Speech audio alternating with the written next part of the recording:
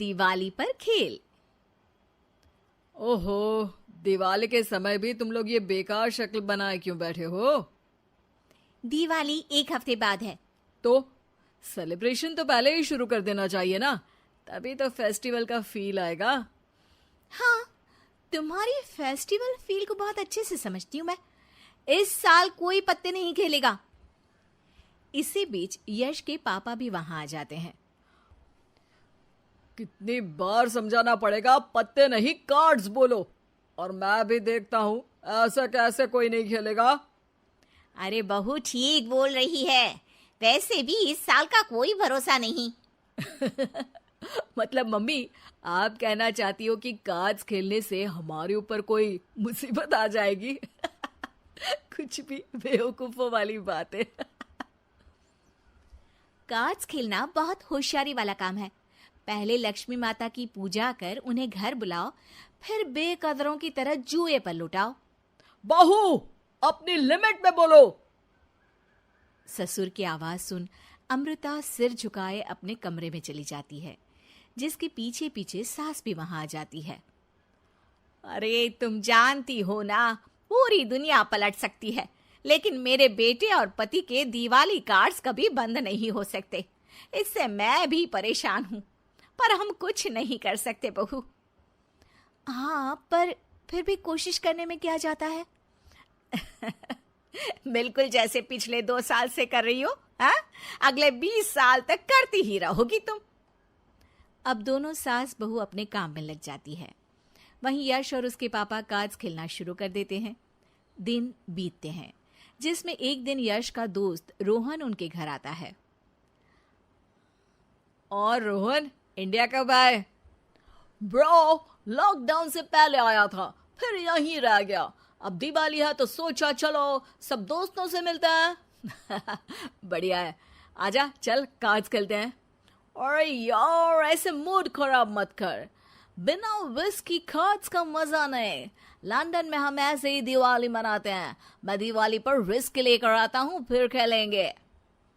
रोहन वहां से चला जाता है और यश उसकी लंदन वाली बातें सुनकर खुश हो जाता है। इसी तरह दिन बीतते हैं और देखते ही देखते दिवाली का दिन भी आ जाता है, जिसमें पूरा परिवार सुबह से ही पूजा और सारे सेलिब्रेशन की तैयारियों में लग जाता है। शाम होते ही सब मिलकर पूजा करते हैं और उसके बाद रोहन भी वहां आ जाता है। कहीं मैं लेट तो नहीं हो गया?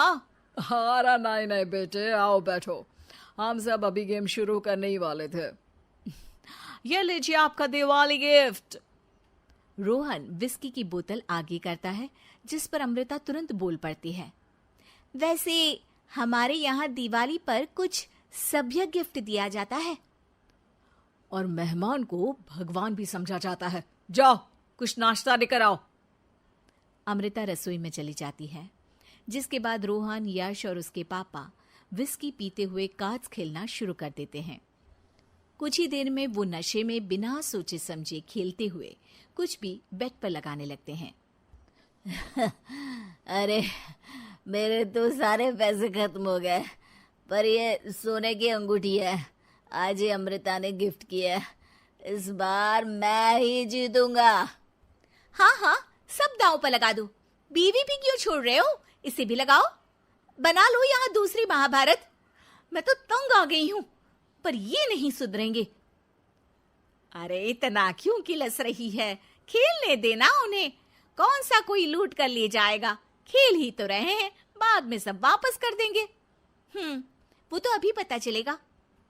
सास अमृता की बातों को इग्नोर कर वहां से चली जाती है, पर अमृता वहीं रुककर यश और उसके गेम पर नजर रखे बैठी रहती है, जिसके कुछ देर बाद यश और उसके पापा सब कुछ हार जाते हैं।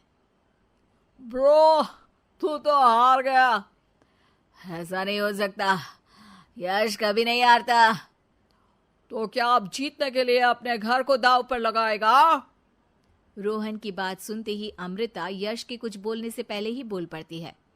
नहीं, ऐसा कुछ नहीं होगा। तुम फिर बोले? गारा चुप रहो। अब चुप रही तो तुम जिंदगी में किसी के सामने कुछ बोलने लायक नहीं बचोगे। अमृता की आवाज सुन सास भी वहां आ जाती है। अगर इतना भरोसा है तो एक गेम आप खेल लीजिए, देख लेते हैं कौन कितना अच्छा है। ठीक है, एक गेम। जो जीता वो यहाँ और जो हारा सीधा घर से बाहर। रोहन अमृता की शर्त मान लेता है, जिसके बाद अमृता अपनी सारी ज्वेलरी बेड पर लगाकर गेम स्टार्ट करती है, जिसमें देखते ही देखते रोहन जीत जाता है। ये सब देख यश हैरान रह जाता है। हरा दिया ना, ये ज्वेलरी क्या फ्री में आई थी जब बेट लगाई? तुमसे कुछ नहीं हो सकता, कहा था दूर रहो। वो सब बाद में, पहले मुझे ये सब दो। अरे नहीं भाई, मैं लूट जाऊंगा, ये तो बस मजे के लिए खेल रहे थे। ओ ब्रो, जुआ मजे के लिए खेलो या सीरियस होकर? हारोगे तो भुगतना पड़ेगा। रोहन की बातें सुनकर यश को अपनी गलती का एहसास होता है, जिस पर रोहन वो सारे पैसे और ज्वेलरी उठाकर अमृता के हाथ में दे देता है। ये देखकर सब हैरान रह जाते हैं। अरे तुम ये अमृता को क्यों दे रहे हो? क्योंकि मैं अमृता की तरफ से खेल रहा था। हैं? मतलब हम कुछ समझे नहीं। मतलब ये कि तुमने कार्ड्स के गेम को जो इतना ओवररेटेड किया हुआ था ना, उसे लाइन पर लाने के लिए मैंने रोहन के साथ मिलकर ये ड्रामा किया। रोहन यहाँ मेरे कहने पर आया, ये सब कुछ उसने मेरे कहने पर किया, जिससे तुम्हें ये समझ में आए कि गेम खेलना और उसका एडिक्शन होना अलग अलग होता है। उम्मीद है कि मेरे पति को भी समझ में आ गया होगा। हाँ मोहतरमा, समझ गए अच्छी तरह से।